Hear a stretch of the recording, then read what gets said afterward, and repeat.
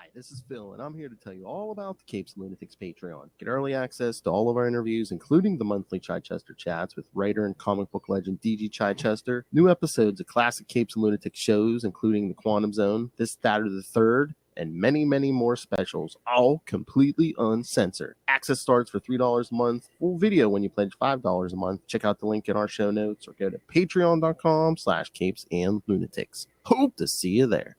This is Annie Chang, and you are listening to the Capes and Lunatics podcast. Where's Peacemaker Season 2?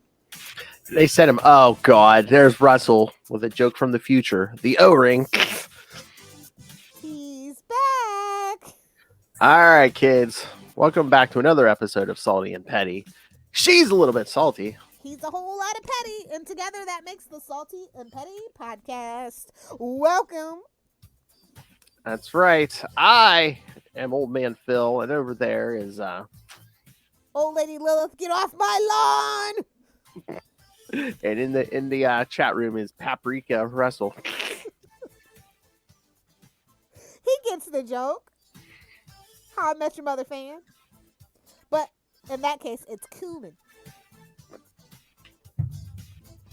Oh, we should give that to Justin.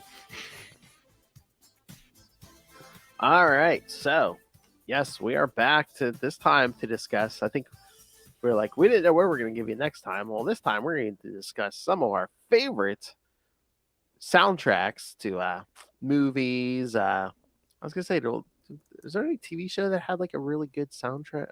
They really don't do them for. I do actually, and I was going to bring it up, and we'll talk about it. Okay, so yeah, so movie and TV soundtracks. So.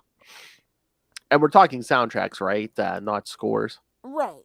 Okay, so yes, kids. So this is compilations of music for your movies and TV shows. My list may shock you. As a 90s kid, my list may shock you. Oh, yeah, I got a lot.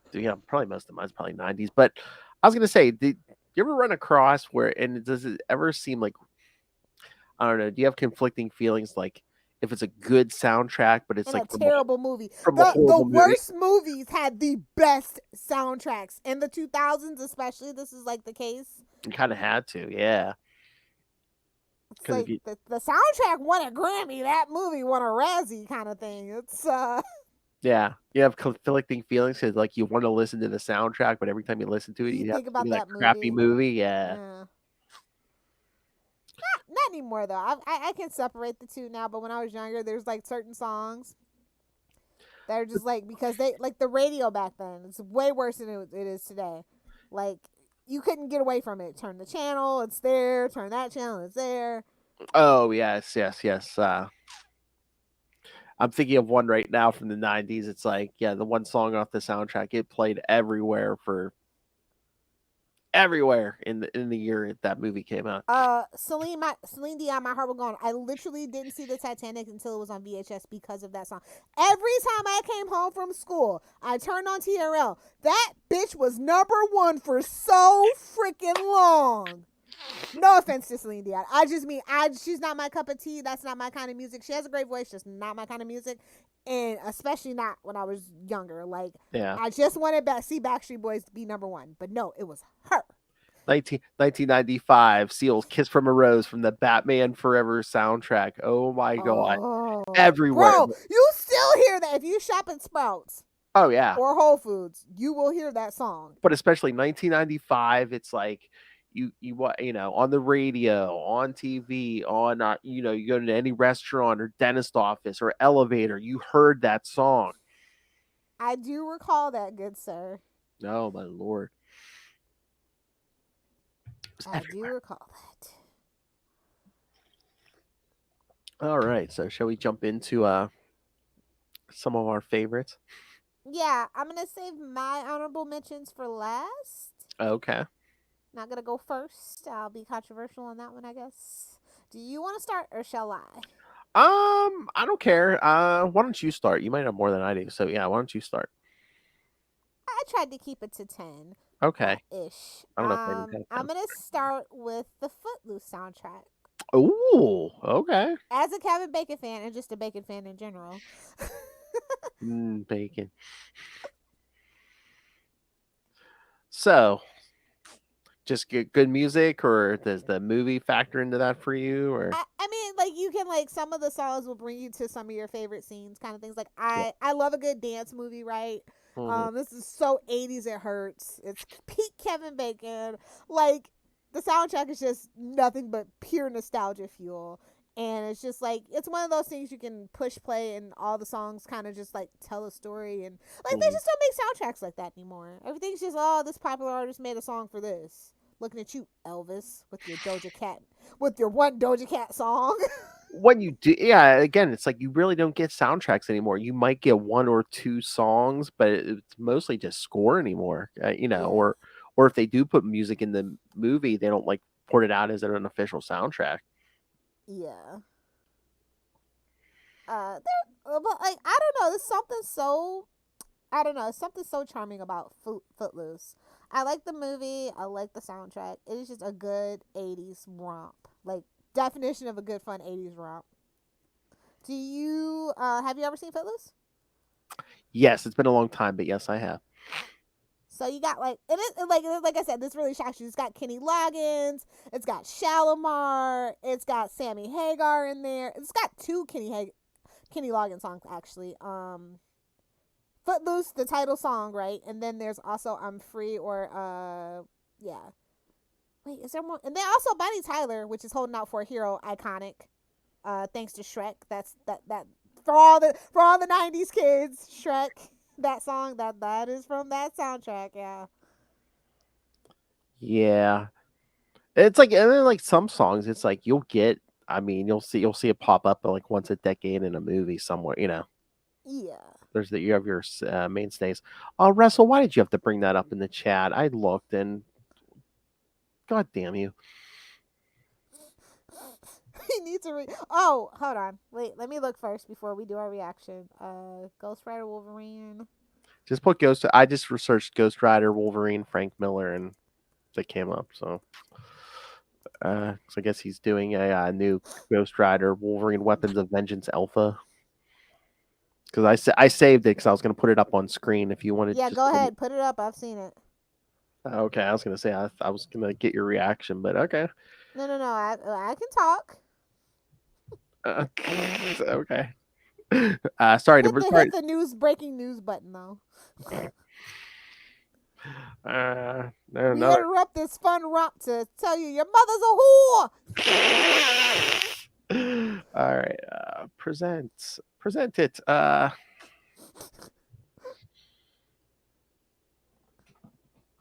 It's the worst thing I've ever seen. You gonna show it? Hold on. There Whip it it is. out, Phil. Hail.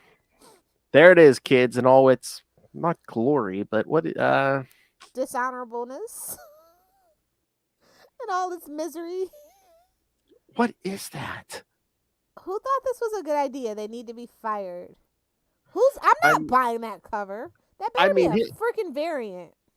his art is like going the He path that is his seeing what he writing. can get away with. I Honest to God, Frank Miller is a troll. This has to be a troll.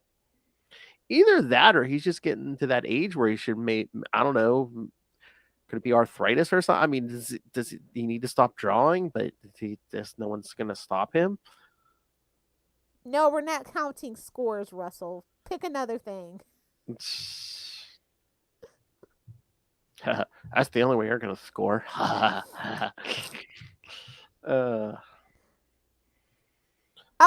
But the song by Sammy Hagar is "The Girl Gets Around." Oh, Great okay. song and actually pretty apropos for the leading ladies, played by Sarah Jessica Parker. But that's none of my business. Get that crap off my screen. All right. Yeah. Oh, I was gonna say, since you shared an '80s soundtrack, one of the first ones that I got into, and it kind of like put this artist on the map for me. Like one of my first exposures was the 1989 Batman soundtrack with Prince. Oh, okay. That was like one of my first exposures to Prince. So, I mean, Oh, if you you were missing out that whole time, but I mean, I was 11, so when that movie came out, so I was just I didn't for some reason I guess my parents just weren't listening to a lot of Prince. So I was just like, oh Not a lot of people's parents were willingly, yeah, publicly admitting they were listening to Prince. If you know, you know. Assless chaps, baby. exactly. So yeah, so that was my again, I mean, is that one of the goals of like those soundtracks too? Is it again one to make money, I but know two it's that was like his reason for doing it. give exposure to He artists was, that yeah, because like he was he was kind of niche for a while, and then he just turned into one of the world's biggest pop stars. Well, rock stars, quite honestly, which is what he wanted, and that definitely helped him achieve it to that end. and again, Um, it's not like he did like one song; he did the whole soundtrack. yeah, exactly, which is a feat. Oh yeah, yeah. But he did have a little practice, which brings me to my next favorite movie, Purple Rain. Okay, yep. I love the Purple Rain soundtrack. Well, they played Diamonds and Pearls on MT for like 2 years, I'm sure. It is literally, that song is burned in my brain. Um, yeah. Purple Rain is good though. That is my introduction to Prince. My mom loved Prince, huge Prince fan. The movie not so good. The soundtrack way better than the movie. The movie is definitely one of those like artist like vanity projects, like Glitter. Lambs, do not come for me. We all know Glitter is not a good movie. You can fight me, Lambs. I don't care. I tell the truth. I know the world full of lies. Tell the truth is crazy, but I'm gonna tell it. Fight me, nerd. So it's literally like from the start to finish, right? Like it starts with Let's Go Crazy, and then it's like The Beautiful Ones and Darling Nikki, I Would Die For You. Like it just builds to this just really great like crescendo, and then Baby I'm a Star. If you know, you know. Yeah, it's amazing. Give it a full like listen through one day. Oh yeah, I'm looking at. And I'm you looking can at also like watch the movie and see the songs and stuff too. Like, you know what I mean? yeah, I'm looking at it on Apple But Music the right now. soundtrack experience is much better. I'm just gonna say. Oh, I'm sure. Yeah, again, we said Purple that. Rain's a hood classic, but I don't know if it's a mainstream classic. I'll put it to you that way. What's Russell got here? Heavy metal movie soundtrack and Guardians of the Galaxy. Oh yeah. But heavy metal's really really good. But even I've like been collecting those magazines lately. Oh really? Yeah, Oh, it's really? a trip to go back and see like those magazines are like I was like Wizard was a little edgy. That is super edgy. No. Yeah, I used to have a friend who collected those. Oh yeah, no, that's not Wizard's nothing compared to that. I was just like, oh, is this just like an industry? No, sir. No. So now the movie makes more sense. Now that animated movie makes a lot of sense. I have context. But even the Guardians of the Galaxy thing, it's like the first two soundtracks were everywhere. I was looking for the Yeah, but it's not like really original music. It's just like a compilation. Oh yeah, they're Suicide Squad. They're all pretty much compilations, but it's like even like the first two, it's like you can go on pretty much anywhere and get the soundtrack. Yeah, but they weren't like written for the movie. Like, No. That's But what I mean. That's a soundtrack. Yeah. But I was looking for the third one, and it's like basically if you want the like the assembled thing, you have to go on like Spotify or something. It's like they didn't bother to put out the mixtape on like they had it on album. They had it everywhere though. Yeah, no, I don't think because I was looking on Apple Music and everything. It wasn't on there. I'm like, really? Because I thought I liked this one because there was a lot of 90s music. I was like, come on. Yeah.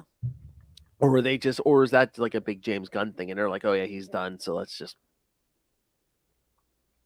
Probably. That probably had a lot to do with it, to be honest. Yeah.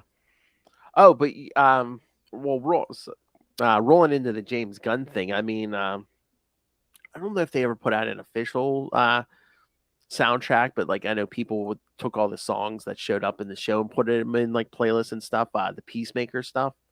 Yeah. Yeah. Oh, if you want to talk shows, I really only have like. I mean, we could jump back and forth. It don't matter. I mean, these are like in my honorable mentions, but like Smallville. And you can they put out 2 compilations right when Pete was the DJ. Yes. It's from the Talon, and they're still actually shrink wrapped. I never did eventually open them, but yeah, And then also Crossing Jordan, which is why it will never be on streaming. They had like literally the who's who. They played the who's who of music, of pop music at that time, for those like 3 or 4 seasons. It's a great show, and it's such a shame that like they couldn't come to an agreement about streaming rights for like the music that were in shows, and why like TV shows music get changed. But like for Charmed, like that theme song, absolute bop. Like it is so different watching it without that original theme song. Like it don't hit the same. Yeah. Like I never skip. Like I would never skip the intro of Charmed if it was the regular one, but I never watched the intro on the streaming version. So Yeah.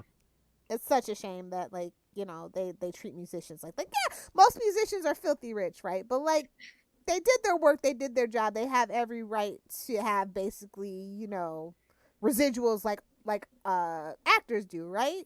Mm-hmm. So yeah, like that's the whole thing. But yeah, if you could ever get a hold, I think the DVDs actually do have the music, and that's actually what started that whole like thing about streaming, is the fact that Crossing Jordan had it on the DVD and they weren't supposed to.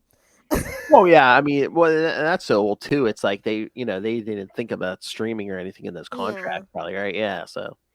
Damn Netflix ruining the world. But I mean, whether the song was written for the show or not, it's, I mean, you know, like these iconic songs where it's like you hear the song, you immediately think of the TV show, like Charmed or. I'll tell you a scene from a TV show with a popular song that made no damn sense in the context of the scene. It is burned into my brain. It is season 1 Arrow, where Laurel and frickin' Oliver kiss to fucking Radioactive by Imagine Dragons. I hate that scene. I hate that scene. Whoever wrote that scene, whoever used that song is bad and should feel bad. Were they just like, what popular song can we get? They're like, oh, Radioactive. It wasn't even that popular. Like, why did they use Radioactive? This is not Peter and frickin' Mary Jane kissing. Maybe it was The Price is Right. I don't know. No, that like it was still really expensive to use.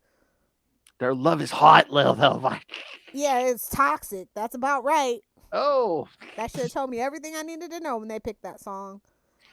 Yeah, like that particular scene is burned in my brain because it pisses me off almost as much as the Wonder Woman snicker ad. Like it's up there, man.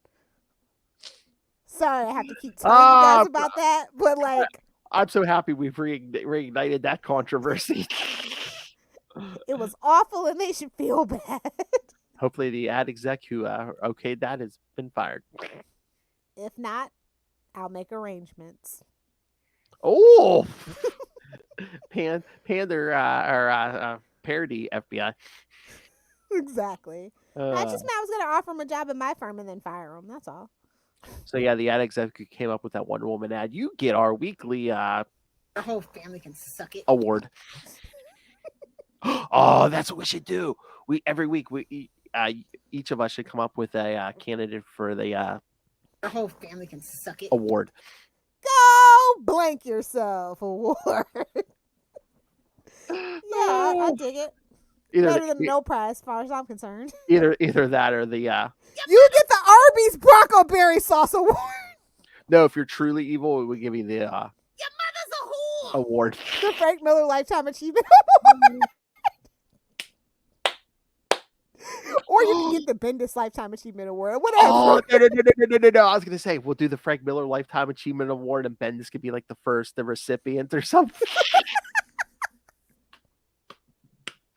Oh, and keep doing your things up, Wells. You'll be on the list. He'll be on the list in no time. Oh no, bro! The annual You Can Suck It Awards. Your mother's a whore. The annual Salty and Petty Podcast Awards.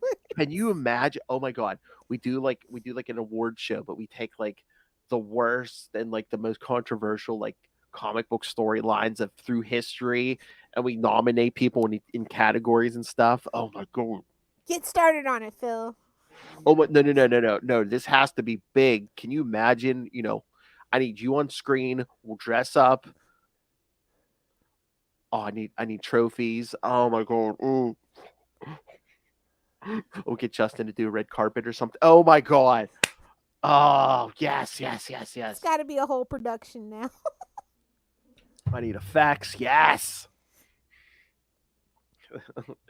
the, the I smell a project. the award for the recipient of the lifetime Your whole family can suck it. award goes to Mr. Brian Michael Bendis. Like I said, though, I don't know. We've got some stiff competition in Zip Wells anymore. All right. Light my mind to fire with more stuff. All right. Back to soundtrack. My ADHD. Whose turn is it? My turn.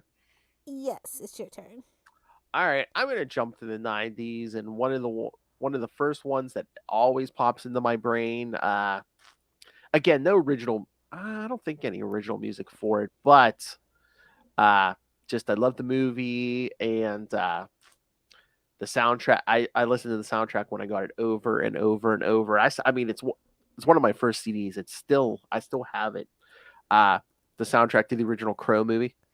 Ooh, nice choice. I mean, you got Stone Temple Pilots. You got Henry Rollins, or was it Rollins Band? But Henry Rollins. Oh, his stuff's so angry. I It's know. so angry. But that was a thing at the time, you know. Here we go.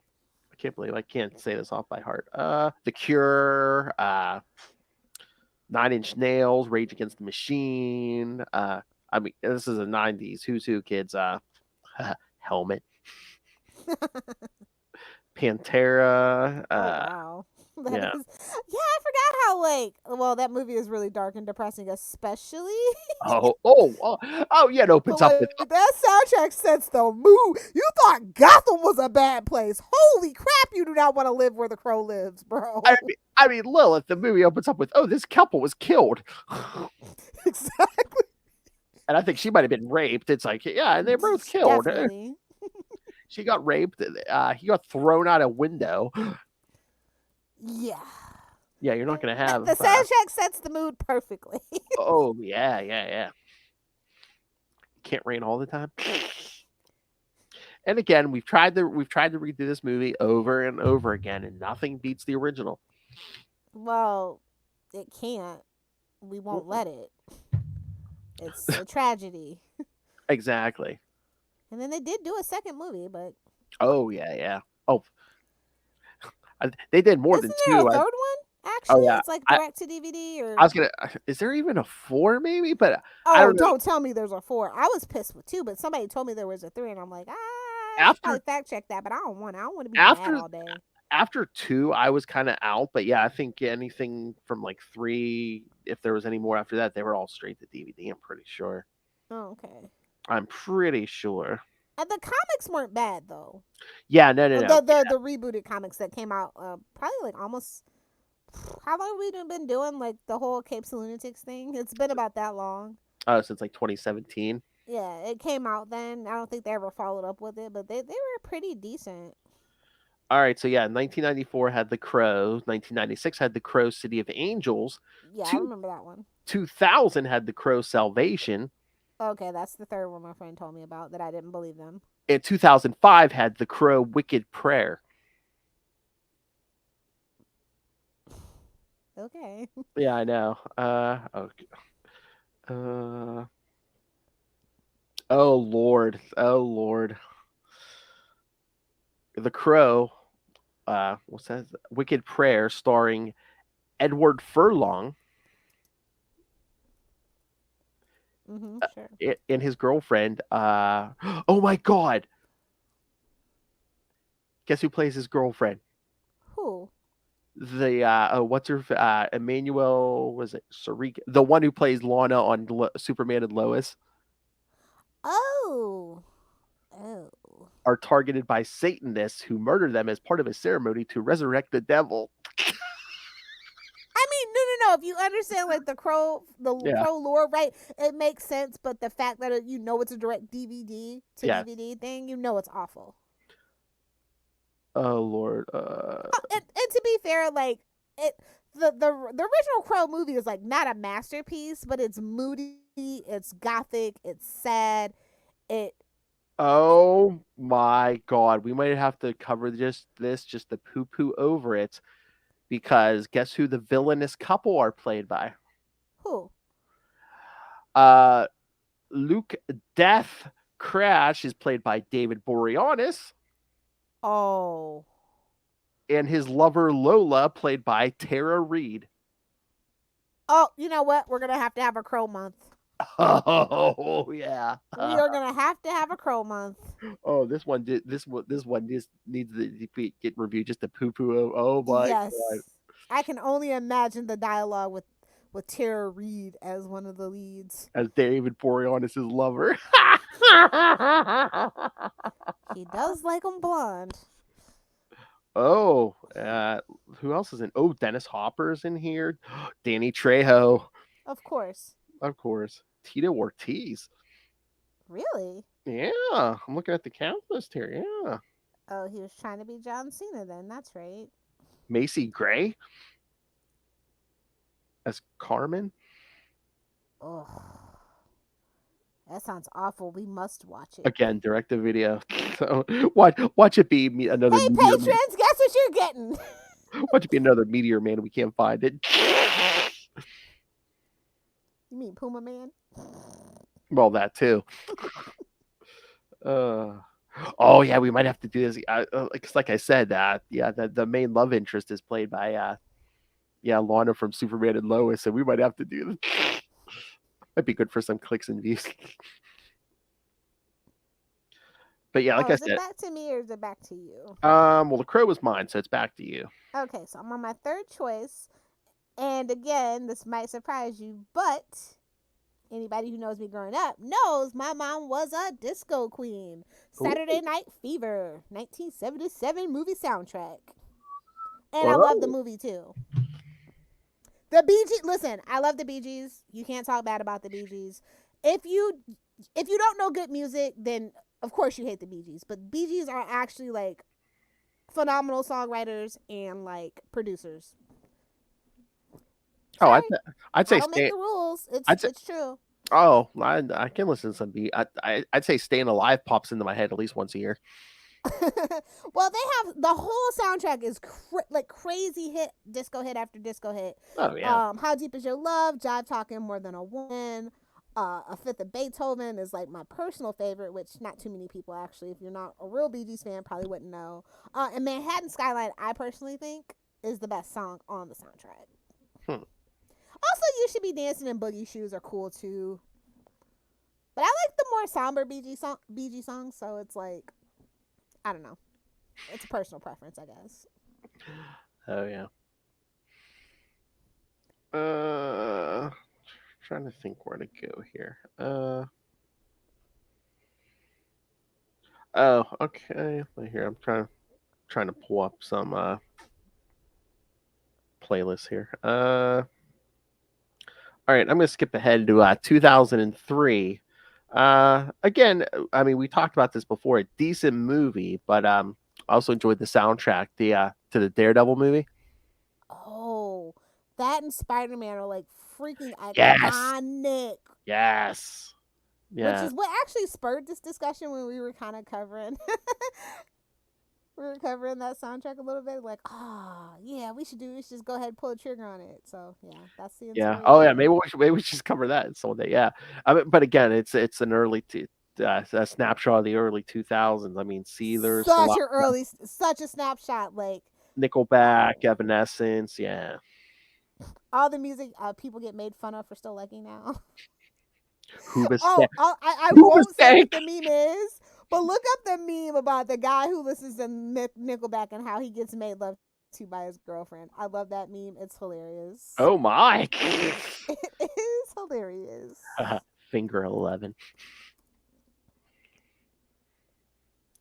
I'm trying to think. Where do I want to put this? Hey-oh!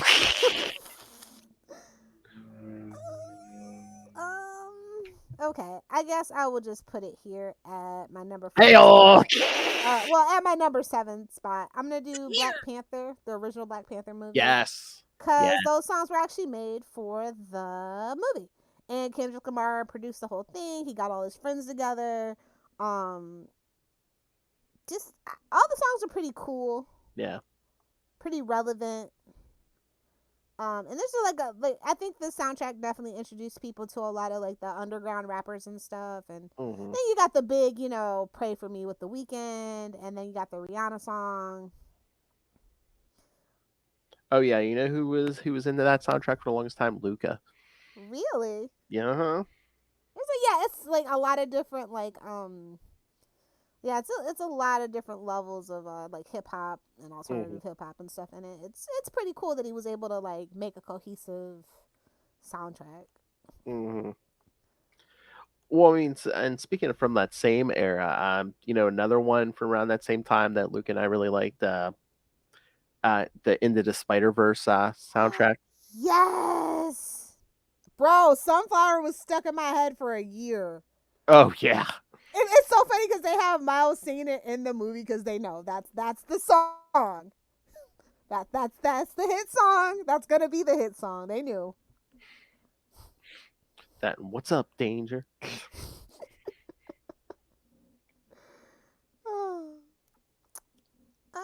But I think it's just like the same time, because yeah, because I think those are the same year, are they? Yeah, so it's like I was thinking like one with the other because they're so close in time and stuff. Yeah. I mean, 2018, it seems like forever ago, right? Because it's like right basically like a couple of years. This is the pre-time, the before times. So Hmm. it seems so distant. It's not really, but a lot's happened. Yeah. Uh, uh, Back to you or back to me? I'm not keeping track. I'm sorry. I don't know because you mentioned the Black Panther, and then I mentioned the Into the Spider Verse. Was that your final answer? Yeah, no. Okay. That's a good pick for me. Yeah. Okay, then I will bring up my number 6. A Star Is Born, the Bradley Cooper and Lady Gaga version.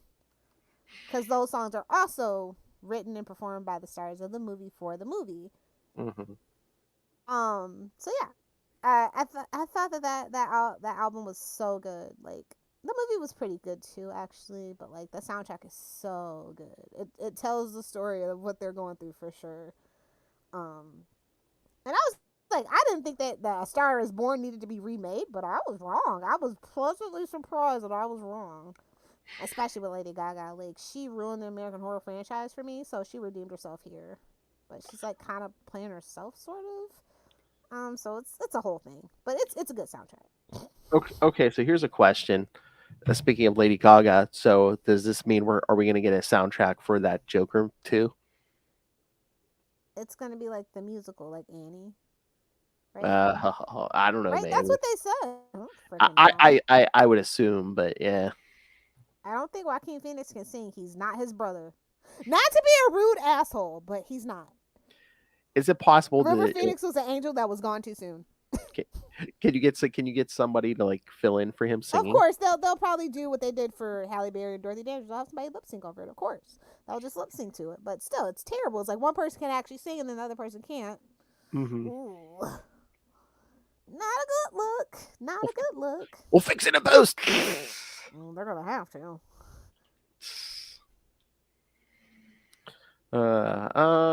Let me see. Oh, let me jump back here a little bit. From like what was this 1998, I believe. Yes, because me and the certain someone I was dating at the time played this over and over. 1998, the soundtrack for Armageddon, especially if you're an Aerosmith fan. Ooh, nice. So, That's I how mean, come I became a Liv Tyler fan. I'll tell you that. hey, what Animal Crackers? Hey, Exactly. You see, this guy gets it.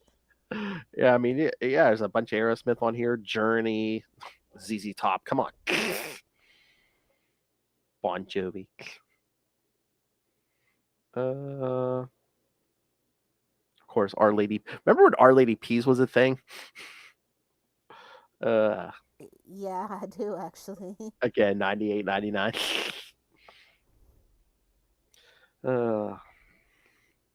So yeah, again, it had like personal interest in me, but too, again, if you're an Aerosmith fan, like it's what like half that soundtrack's like Aerosmith. Yeah. And again, you hear that one song, you know, I don't want to miss it. I mean, you think of that movie, at least I do. Yeah. Oh my god, not to get too far off topic, but do you ever play that there was an Aerosmith had like this arcade game in the 90s. It was basically a shoot 'em up. Really? Yeah. That's crazy. You're gonna find it. Yeah. Well, And like, Kiss had one too, so like they had a pinball machine. The Kisses had everything though.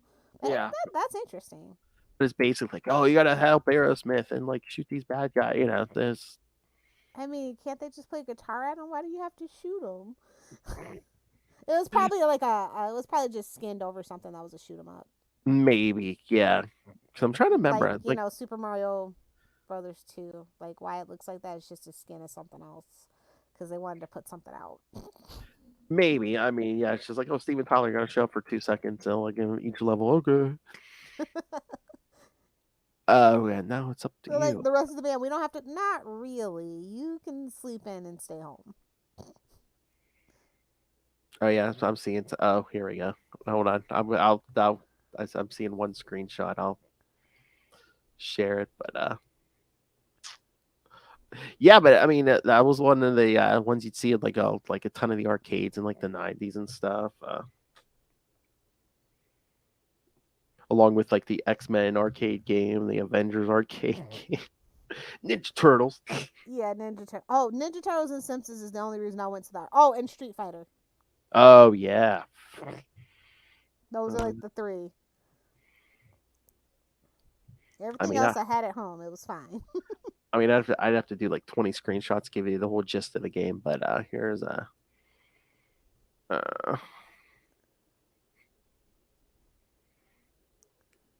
see, you got Okay. to like this level. I can get the gist of that. Yeah. This level, you're like shooting the guys in yellow while they're playing on stage and stuff. Yeah. Yeah. How dare you interrupt the Aerosmith concert? You get a bullet and you get a bullet. Save the concert. Oh yeah, and then like your special weapon, like you hit the button on the side of like the gun. It's like you're shooting CD discs at them. Ooh, that is a little too 90s, bud. Exactly. Well, again, it was like I said, it was the 90s.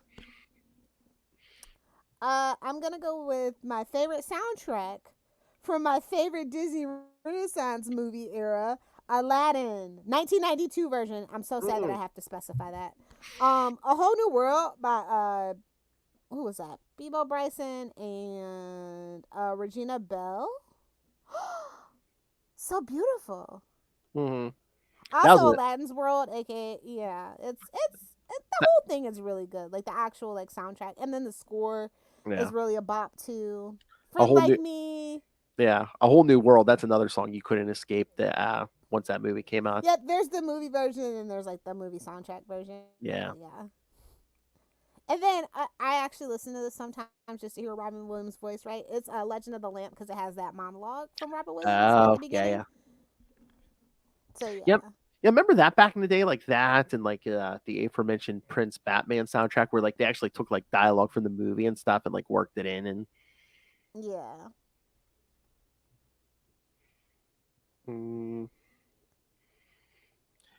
Guess I wasn't prepared because more stuff just keeps popping in my head. That's what this is our ADHD podcast. It's fine, Phil. I know. Hold on, I'm bringing up a track list here. 1990s, I believe it's 1997. And he named it this because he wanted people to say it. The soundtrack to Howard Stern's Private Parts. Of course. But and again, he still uses the song as the theme song to his show to this day. The Rob Zombie American Nightmare. That's about right. I almost wish we could have a theme song like that because. I mean, get Mikey Flash on the phone. I'm sure he can. Oh no! I just mean like because one of the lyrics is "Yeah, mother effer." But again, it just hit me because again, like they work in like dialogue from the movie and stuff. So, oh yeah, this is another '90s one. Flea, Dave Navarro, uh, Porno for Pyros, Ozzy Osbourne, Green Day, Oh, okay. the Ramones, Deep Purple, Van Halen. So yeah, there's a few older ones, but it's like, but again, once again, it's like your '90s soundtrack. Yeah, definitely. Which again, it makes a little. I mean, it makes somewhat sense to have like the older music and like some of the '90s stuff because I mean, it was his story about being a disc jockey and stuff. Yeah.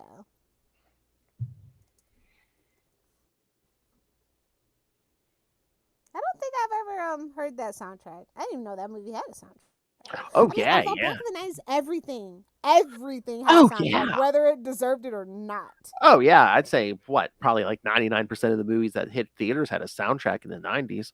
Yeah, like that's back when making music was profitable for both the artist and the studio. Well, yeah, that's when you were still making money off albums. Yeah. Yeah. Well, now they just make it off of touring. That's music industry so sad. Well, yeah, Well, because actually, the TikTokification of music and streaming, like just streaming in general, has destroyed music. Like, why are songs only 2 minutes long now? Because of streaming. If you have shorter and, songs, you can stream more. It's and crazy. once again, pirating. No, do not blame this on Napster. No. I'm just saying, with the internet, it made it much easier to just But if it's good, I'm gonna actually want like the studio quality stuff. Like no matter what they say, whatever format they capture, it is not, and it's never as. And honestly, Yeah. I'd rather listen to an actual CD than the crap they have on Spotify. Yeah. It's just something. It's just streaming it over the air. It's not the same. But It is again, not the same. everyone isn't as honorable as you either, Love Hellfire. If they like it, it's like, haha, I got it. Haha. Well, I'm kind of an audiophile, so I'm a little weird. Like, I can listen to it like on a plane, but like if I'm actually like at home, I gotta break out like an album or a CD or a tape even. Like, ooh, I don't. You still have tapes? I actually do. I have a very extensive cassette collection. Because I was gonna say, I'll admit to having a bunch of CDs, like when you walked in here in that little cabinet over there, like Yeah. that bottom, it's like filled with CDs. You don't got the bind. Put it in a binder like any true 90s and 2000s They're in there. I person. used to have a binder and stuff, but they're mostly in their cases now. Ah, fancy. Yeah. Again, it's like these kids don't know, whether it's like a vinyl or it's like the a whole CD or a cassette. iCodification of music destroyed the world as Yeah, far as I'm concerned. I mean, you had the album art, you had the liner notes. Sometimes you got lyrics, And sometimes and if you were a boy band fan, then you know all about the interactive CD where you could have like the liner notes, posters, and like letters from them. Like CDs had their way in the 90s and the 2000s. Where's my Danielle drop? We're doing me now. Or you'd be lucky and they have like the video on there too. Yes. Or like them performing the song live in concert, stuff like that. Yeah. They don't make it like that anymore. No. Speaking of stuff they don't make like that anymore, my number 5 is gonna be Dirty Dancing from 1997. Not Dirty Dancing, Havana Nights. Not that there's anything wrong with that movie. This is superior, obviously. What, the original? Of course. Oh my god. This is like one of the best-selling albums of all time, by the way. Yeah. Not to mention just movie soundtracks, but album of all time. I mean, Eric Carmen was on a roll in the late 80s, honestly. He's been on like at least 2 of these other damn CDs. I know he was on Footloose, and he's probably going to come up one more time. But like Time of My Life, right? Like if you have ever been to a wedding and they didn't play Time of My Life, you were at a bad wedding. Hate to break it to you. The Dirty Dancing might have been the very first soundtrack I ever heard because my mom had it on vinyl. Oh, that's the best way to listen to it between us hands. Hungry Eyes by Eric Carmen, though. That is actually like one of my favorite all-time songs. I don't know why, but like Eric Carmen had a way with words in the 80s, man. Oh, You Don't Own Me Too by the Blow Monkeys. Classic song. Exactly. Well, and then In the Still of the Night, the closer of the soundtrack by the Five Yes. Satins is pretty good too. Yes. See, you're naming all these songs, and it's just popping back into my head. I'm just like, Oh, yeah. and Patrick Swayze has a song on here. In case you aren't like a big fan like I am, She's Like the Wind. He actually does sing that song. Oh, yeah. If you didn't know, he was a trained singer and dancer. Actually, he really effed himself up during Dirty Dancing. Though, really blew his back out and stuff. It's a real sad story for Patrick Swayze behind the scenes and stuff. Mm-hmm. Also, Jennifer Grey too. But if you know, you know. Nobody puts baby in a corner. Nobody puts Lilith Hellfire in a relationship. Yeah, I'm so over that. Good for you people who can stand humanity. That you can find one person you like to spend the rest of your life with. I can't do it. Oh my! Don't want to do it. Wait, where's my old drop? Caring for another human being. Oh, here. Exactly. Caring for another human being that isn't myself. Bleh. Oh my! Oh my lord! All right. Sorry, I'm just looking at.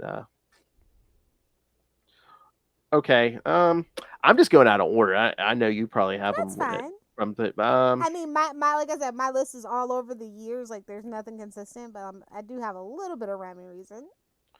And again, for some reason, I mean, we brought this up in the beginning about like movies that weren't that good, and like, but I can listen. I'm not even gonna say this.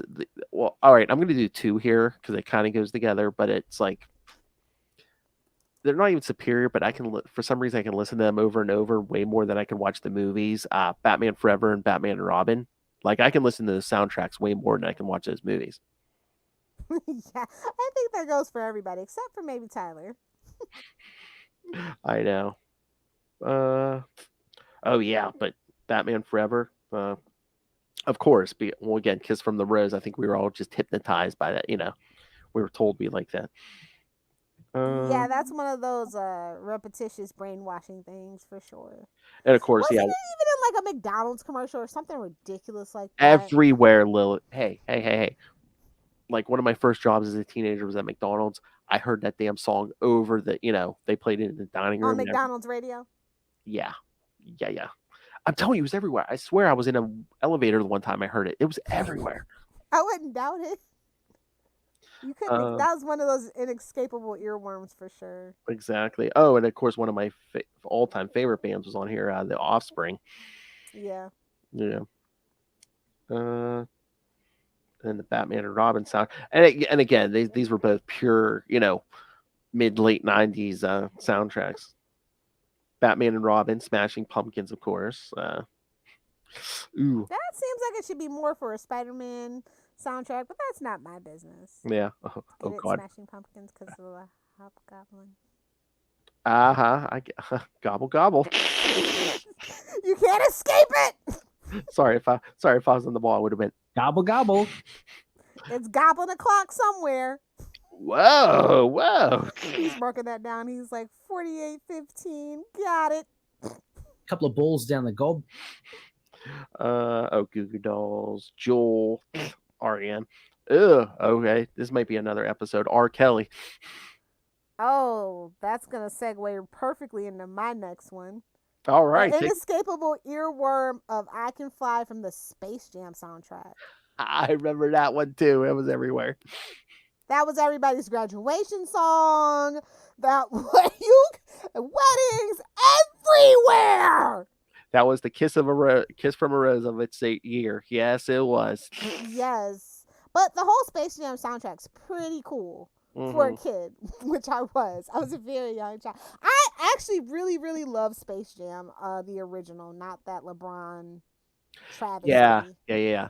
You know who discovered that last summer? Luca. He watched them both, but I think he even said he liked the first one better. Yeah, it's funny. Even though I don't even like Michael Jordan, like I've never liked Michael Jordan. He is a person of convenience, much like Bill Clinton, which we can get into some other time. But like, so it's really funny that I love Space Jam, but I hate Michael Jordan. Always have. I've never been a Michael Jordan fan. I don't own Jordans. I wear Air Forces. Oh my. It's a whole thing. So yeah, like it's really funny that literally I have that on DVD. I have it on VHS. I have the soundtrack. It is probably gonna be it's been in my Spotify rap since rap has been a thing. So it's one of those things where I like the movie and I like the soundtrack. Yeah. The soundtrack is just fun. Like that is like, you remember those like MTV, like what is it, jock jams? That is exactly the essence that it captures. It's one of those stadium rock kind of, soundtracks where it's just like everything's just get up, stomp your hands, clap your hands, that whole thing. It's just a fun soundtrack. Oh yeah, remember when MTV would just put out like those CDs like that? compilations, Yeah, or like they would do, that's my jam, or it's like yeah. they would put out stuff from like Headbangers Ball Or and like stuff. the spring break of the year, you Yeah. know. They would find a genre, kids, and just put out like a bunch of songs in that genre. Yeah. It was the original now music, I guess you could say, probably. No, that's what I call music or whatever. Is Yeah. that what it is? Yeah. I don't know. Do they even still make those? They do. It's crazy. They do. As of Wow. like 2018, they did have one out. I asked myself that, right? Because I was like, do they still make those? Because they were still making like Kids Bop, which is basically the kids' version of that. Because they used to have commercials for those, and I haven't seen any commercials the last couple of years. I can't speak to commercials. Let me see. Hold on. Now that's what I call it. Yeah, but yeah, someone who does watch commercials of Hellfire. Yeah, I can't remember seeing any commercials. That's probably for like on at 3:00 in the morning though. Maybe. Oh, you know what? Maybe that's when I was seeing the commercials because like I used to work nights before Luca was born. So yeah, and that's probably when I saw those commercials like 1 o'clock. Oh, now that's what I call music. 85 was released February 3rd, 2023. They are still indeed making them. Did you say 85? Volume 85. Yes, sir. Let's see what's on Volume 85. Hold on, I'm just curious. We're on a side mission here, kids. My bad. So they have to put out more than one a year then. Oh no, they put out like one every quarter. I remember when I was a kid. Like at first it was like once every 6 months, and then they just started cranking them out. Well, yeah, I owned one. It was the one with because my mom would not buy me a whole Hanson CD, so I was like, "Can I just have this one?" Then it has a list of everything. Okay, we got Taylor Swift. We got that Anti-Hero by Taylor Swift. We got Unholy by Sam Smith and Kim Petras. Super Freaky Girl by Nicki Minaj. Trash. Beloved Lizzo. Hold Me Closer by Elton John and Britney Spears. Good, aka Blue by David Guetta and BB Rexa. I Ain't Worried by One Republic. Made You Look by Megan Trainor. Star Walking. Oh, that's a little late on that one for Lil Nas X. Victoria's Secret Jax. Snap by Rosalind. Die For You by The Weeknd. My Mind and Me by Selena Gomez. Golden Hour by Juke. Something in Orange by Zach Bryan. You Proof by Morgan Wallen. Friends That Kiss by Kendall Inskeep. And Not in Love with You by Lauren Weintraub, with a bonus track, The End by Thomas Day. Mm. Who's still? I mean, I guess you could probably just put it on Spotify and be good. I don't know. Yeah, I was gonna say, well, you know who might be buying this? Because the curated playlist is a whole travesty now, with the whole new update. So maybe. I was gonna say maybe, unless is that like older people buying that? Maybe so that's why they. I don't know. Like I said, I don't even know anybody who owns CDs except for you, Phil. Like in me, I own more albums than I own CDs nowadays. I don't know if she's still on. I know my no. I was gonna say my mother-in-law may have used to, but I think she is streams now. So yeah, it's convenient, like I said, but it's not the same sound quality. I don't care what anybody says. Yeah. That's where I should go to, like the CD warehouse. One of these days. See. Columbia Music buy all these CDs for a penny. Scam. The original 80s scam, really, but I can still smell that paper, man. Oh my. Read that. That's when I learned to read the fine print. All right, and I'm not gonna let you get away with that. Did you say you were a Hanson fan? Yes, I liked Okay. all boy bands. Okay. I remember the first time I Although saw. a three-man boy band is it's a little lame to quote South Park. You know, anything you gotta be five. It's gotta be five. I get Well, it, but it was a family thing. exactly. I mean, I didn't. I mean, yeah, yeah. I mean, I guess Yeah. some people listen to the Osmonds. Yeah. See. Yeah. But yeah, Uh, when you think about it, like 98 Degrees, lame. uh, but no, I remember the first time I saw a Hanson video, and I'm sorry, but I was just like, I was Who like, are these lovely young girls? that's why I was like, I'm like, who are these young ladies? And I was like, oh, wait a minute. Well, it's the same thing with Nelson. From behind, it's like, Oh, hell. yeah. I mean, I only like certain hair metal group hair bands. You know, it's like you Yeah. gotta be careful. All right, whose turn is it? It's probably mine. I'll go with. I already said Space Jam. So I guess that makes my number 2, The Lion King, my second favorite Disney Renaissance movie, as well as second favorite Disney Renaissance movie soundtrack. Ooh. That probably actually plays in my head while I sleep. I'm pretty sure. Um, I'm pretty sure. I Can't Wait to Be King is definitely one of those songs that are just always in my head. So I thought you were gonna say that's where you play you hear it in your head on a date in the jungle. The lion, being Lilith Hellfire, sleeps tonight. Now she's gonna eat you. exactly. But yeah, I love Lion King. Like just to throw back what we were talking to earlier. Like I literally remember getting done watching a commercial for Lion King to come back to a breaking news story to OJ, right? Like, yes, that is a thing, and those two things are very intertwined in my brain. I literally remember I was sitting in my childhood bedroom, which you've seen. I was sitting. I think I was sitting on the bed, probably reading comic books. Big surprise. I just had the TV on. I look up. I'm like, wait, what's this white Bronco? What? OJ Simpson? What? Not National Treasure OJ Simpson. Not Orenthal. Not Not Orenthal from the Airplane series. not the hilarious character from the Naked Gun movies. Oh, is it Naked Gun, not Airplane? I don't know. Was he? I don't know if he was an Airplane, but I know he was in Naked I Gun. don't know. Whatever Yeah. Leslie Nielsen was up to back Yes. then. I know he was a Naked Gun. Yeah. Oh my God. That has to be an episode. The Rise and Fall of O.J. Simpson. And the Rise Again. Hey, I know. Wait a minute. This isn't a. Oh, I hope they don't try to sue us because that is It's like for the world's somebody view. on YouTube's thing. Hey, man. True crime. True crime is popular. Lilith Hellfire. Is it though? I Supposedly. thought we were back to creepy pastas, but Oh, you know, I I'll don't have know. to double check. But you know, women, we love murder porn. Well, yes. Oh, we could talk the murder porn episode of South Park too, because that's hilarious. Women like to see people get murdered. It's true. So we can learn what not to do. That comes from uncancelable Charlie Esser. I'm uncancelable. Everyone loves cocaine. That's what we need. The Charlie Esser life story. Oh boy. Can you imagine?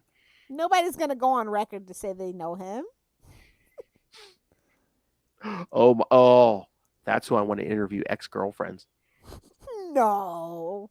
Yes. Oh, childhood friends. Oh, old childhood friends. They definitely have the dirt. Remember that picture I shared with you of a young Charlie Esser? I need to know the story behind that picture.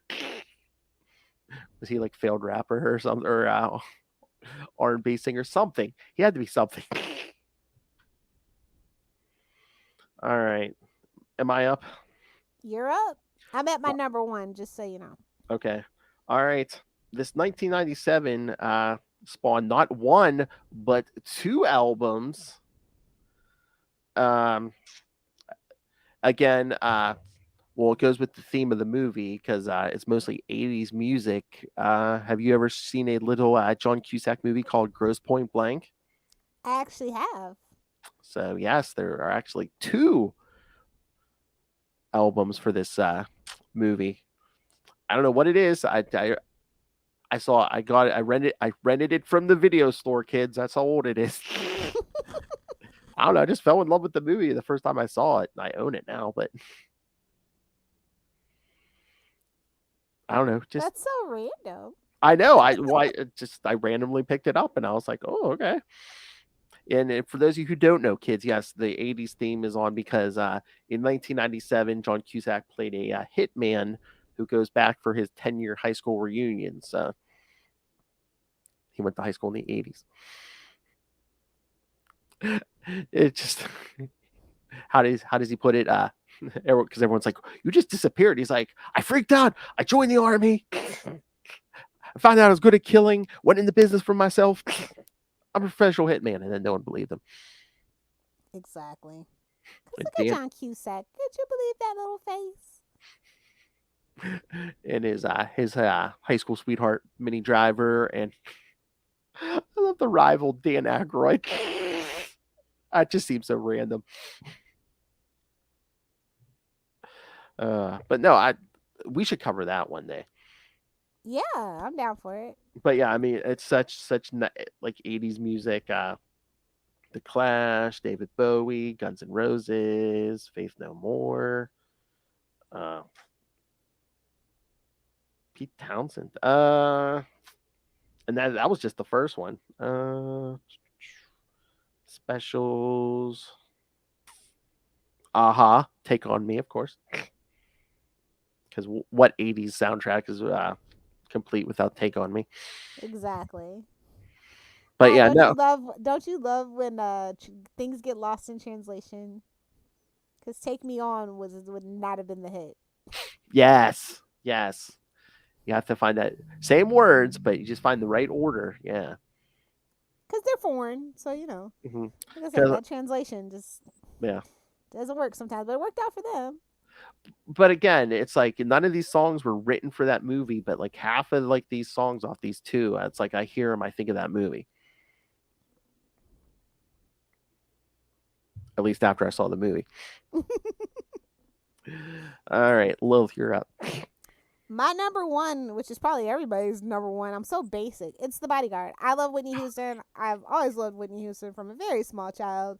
I love the movie The Bodyguard. I love Kevin Costner. It is a perfect storm of things Lilith has always loved since she was a very small child.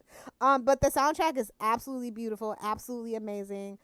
I love Whitney's cover of I Will Always Love You, and I love Dolly's cover of I Will Always Love You. It's just so crazy how different a song can be. I mean, I don't know about anymore, but like especially back in the day, like if you're like a singer, like starring in a movie, don't you have to like bring the soundtrack? Like you have to bring it. I mean, not to enrage the lambs again. Glitter soundtrack was garbage, so I mean, I can think of a couple biopics where the movie was garbage. The actual Whitney Houston biopic that they just did, well, that's the Somebody current Dance Me, stuff. whatever, that's trash. Yeah, but Not like to be an asshole, but it's trash. like back in the day, like the 90s and stuff, it's like if you were a singer, you had to bring the soundtrack for your movie. Yeah, but it's mostly Whitney. Yeah, well, yeah. Like those first it's like 6 number ones or something crazy. She had like 3 songs in a row that were like number 1 hits. She like kept outdoing herself. Like that soundtrack goes crazy. I mean, it has everybody from Kenny G to Lisa Stanfield on it. So like, it's really crazy. Well, we keep coming back to it, but like in the 90s like that, it's like if you kept hearing the same song from a movie over and over and over again, you didn't have to look. You knew that movie was number 1. Not necessarily though. Mm. But in the case of Really? a couple of these, definitely like Yeah. Dirty Dancing actually wasn't like a commercial success or a critical success, but the soundtrack, it was everything. But this movie actually like, bless Whitney's heart, it solidified her to like pop goddess status in the mainstream, and it really justified her not staying in the church and doing gospel music. Really proved her mom wrong. But that's also kind of the downfall. She meets Bobby Brown and Mhm. loses touch with her. It's not okay to be girlfriend. That whole thing. So it's like a whole thing, but I still love the movie. I still love the soundtrack. It was like a really good breakout moment for Whitney Houston. So Oh yeah. gotta be happy about that. But like that soundtrack is everything. It's classic and it's timeless because it still holds up. Like when you talk about they don't make music like that anymore, the pop stars do not make music like this anymore. Not even Taylor Swift. Not even Taylor Swift. Uh. All right. I guess I'll go with this for my last one. I think you might agree with me. The 2002 Spider-Man soundtrack. Oh yeah. Oh yeah. This was in my car Me too. Me too. in college. I wore that poor thing out. Yep. I think I still have the CD over there. Yeah. Hell, I have the CDs for 1, 2, and 3. Yeah, me too. Although 3 is probably still in the shrink wrap, to be fair. They were kind of pushing it with 3, but because it's like one was good, 2, I mean, it was almost the caliber, but 3 they were just like, what's popular? And the just throw it on. soundtrack kind of It seemed shows too. Yeah. They didn't just give it a well. We're not getting a 4. San Randy said we're not getting a 4, guys. He's giving the suits the big middle finger with this script. Oh yeah. I would say it was complete trash, but like 3, they were just No, he literally was like, "I'll give you everything you want. You want 9 villains? You're gonna get 9 villains." But I mean, the soundtrack, they were just like, they're like, what's popular right now? Yeah, just throw that on. Yeah, like I said, they didn't put any effort because they were like, this franchise is dead. But People are at gonna least be pissed at when least they we see this movie. I don't want this song associated to that movie. at least we got a soundtrack. Yeah. it's Oh my okay. God, I was gonna say, yeah, Is there an Amazing Spider-Man soundtrack or 2 soundtrack? I never looked because you know I what? told you I never saw those movies in theaters. Amazing Spider-Man 2, I remember it's like it's so weird because it's one of those things where I think most of it's a score, but like there's like 1 or 2 actual songs at the end, I think, or Oh, okay. I thought, but yeah, there's not like a complete soundtrack, I don't think. Well, we were talking about Spider-Man 3. I was gonna say, yeah, Venom didn't get his own song, but then once that, what was it, the first Venom movie? It was that Eminem song. Yeah. Yeah. Oh, and that's one of my runners up, by the way, is the 8 Mile soundtrack. Oh yes, yeah. Well, once again, someone in music. It So won an Academy Award, right? Had to be some kind of good. I don't know, but yeah, well, like I said, I'm once pretty again, sure it did. someone in the music business, they expect you to bring the soundtrack. I mean, we didn't really have hopes for 8 Mile. It was a biography, it was Yeah. it was a biopic. Eminem's pretty much in charge of everything. It's a vanity project for sure. Yeah, but again, especially if you're doing the story of your life and you're in music, you want to bring a good soundtrack. I mean, like, it's okay. Like, it's not a Yeah. masterpiece. It's okay. No, but I mean,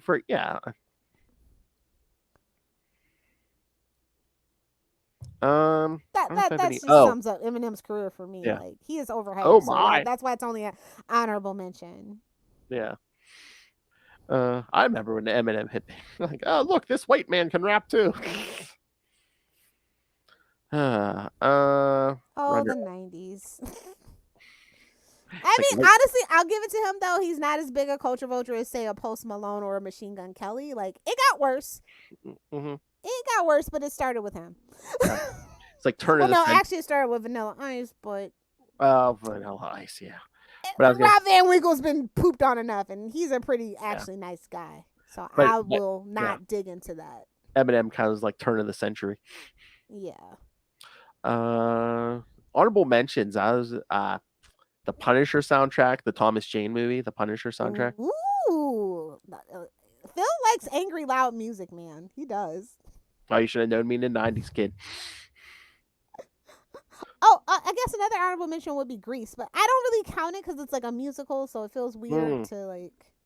But yeah, you know what I mean. But I kind of like the Grease soundtrack.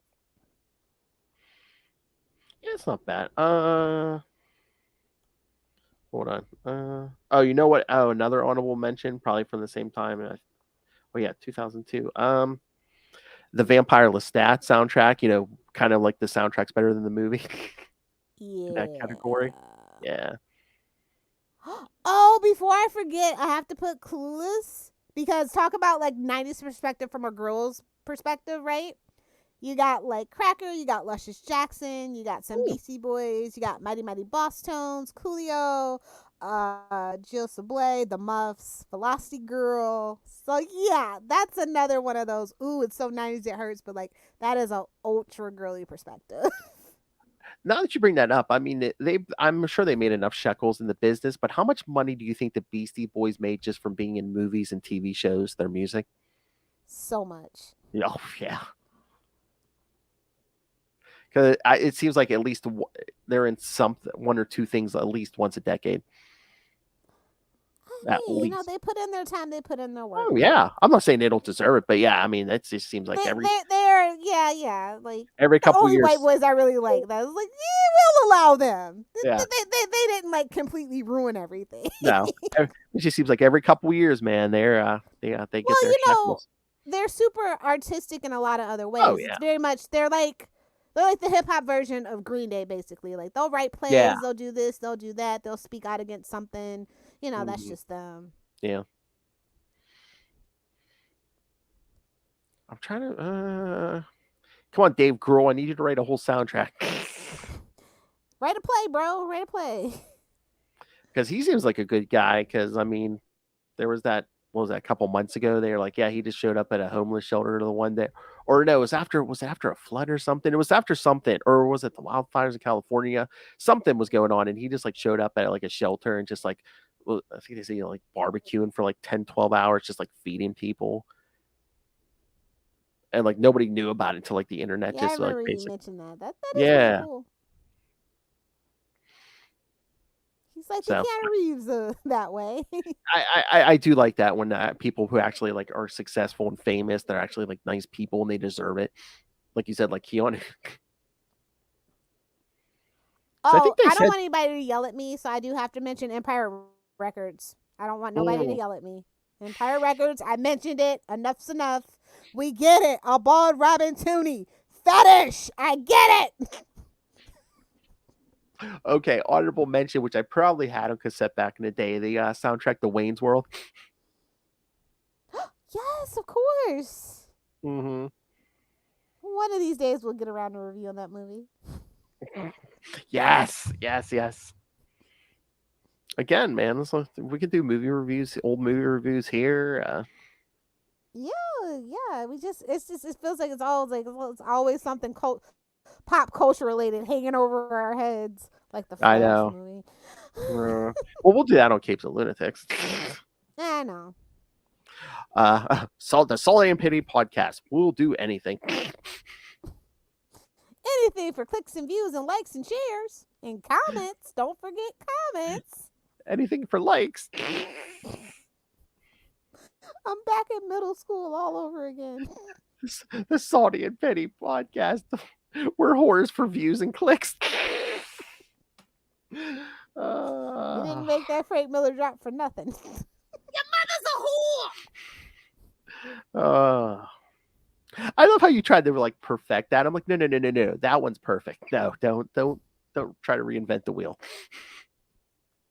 Your mother's a whore. It's nice. It's simple. It's to the point. And again, we have to come up with that award show. Our whole family can suck it. I'll let your brain set on fire with that. So so you can get some ideas in, bud. Hey, the third annual Our whole family can suck it. awards. All right, so the Salty and Patty podcast presents. Yeah, that's right. The Capes and Lunatics in association with the Salty and Petty podcast project. Oh God, we're not going to be those people, are we? Written by Phil and Lilith, produced by Phil and Lilith, starring Phil and Lilith. Directed by Phil and with Lilith. Special guest host Justin Hall and all their friends. And foreign correspondent Ray. Drop Bear Tamer. No drop bears were harmed in the making of this production. Gotta no, do it, no, Phil. no wild animals or Joker nuggets were harmed in the filming of this. Wild like an animal. Yes, no drop bears were harmed in the making of this. All right, are we done? Yeah, I think so. All we got a whole right. month of Transformers for you guys coming up. So That's right. June, yes, we'll be talking Transformers, including a review of the new movie. But next week, we will be joined by special guests Justin the Owl and Russell, Wild Like an Team Animal. Mountain Dew. Yes, to review Transformers comics and pretty much anything else Transformers. So, and they may join us they should be joining us. Well, they're invited the whole month. We'll see. So, but we are going to get a review or a debate on that. Transformers G1 versus Beast Wars. So, I mean, G1 versus Beast Wars. So, yeah, send all your Transformers thoughts in here. Send us your soundtrack thoughts. Hell, just send us random thoughts. Send us dirty limericks. Email us, CapesandLunatics@gmail.com. Hickory dickory dock. That Frank Miller covers Yeah. sucks some. Anyway, Woo! that doesn't rhyme. Cock-a-doodle-doo. Oh yeah, it does. All right, kids. So yes, email at Capes or no, not Capes and Lunatics, which you can though, but Salty and Petty 69 because Lilith demanded it at gmail.com. Salty and Petty 69 at gmail.com. Or call 614-382-2737 at 614-38 Capes. Operators are standing by. And again, find all things Capes and Lunatics Buy your episode. tote bag. Your beer cozy. Find everything Capes and Lunatics at tubespace.io/Capes and Lunatics Podcast Network. That's tubespace.io/Capes and Lunatics Podcast Network. All right, Lilith Hellfire, where can people talk to you about? I'm officially an old lady, Music. and I've succumbed to the old ladiness. So the only place you can find me on social media right now is Facebook. So you can friend me, and you should probably friend me before July. That's all. Oh, Either do the 6 or do the 9. she's teasing me here, kids. Even I don't know what this is. Either do the 6 or do the 9. So It's all rape and murder, I'll tell you that. Somebody's muffin's getting buttered. That ain't my business. all right, kids. Thank you for joining us for this musical discussion. Join us in 1 week for the start of our Transformers month. Roll out, Autobots! This June is going to be more. It's going to be more than meets the eye. Or, you could be a Predacon like me. It's all good. Predacon the young men. That's right. As it should be, as nature intended.